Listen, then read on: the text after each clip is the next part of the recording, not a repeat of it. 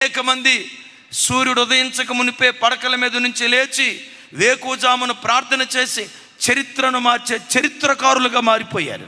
దైవజనుడైన మోషే వేకువజామున లేచి ప్రార్థించేవాడు.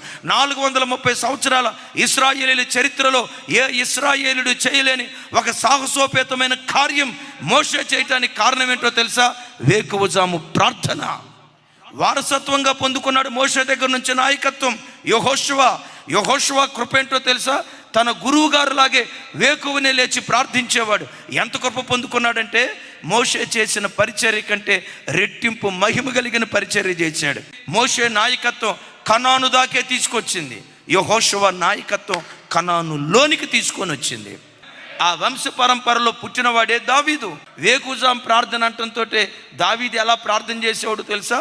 తూతూ మంత్రంగా ప్రార్థన చేసేవాడు కాదు. ప్రతిరోజు అరుణోదయ దినాన్ని లేచి ప్రార్థించే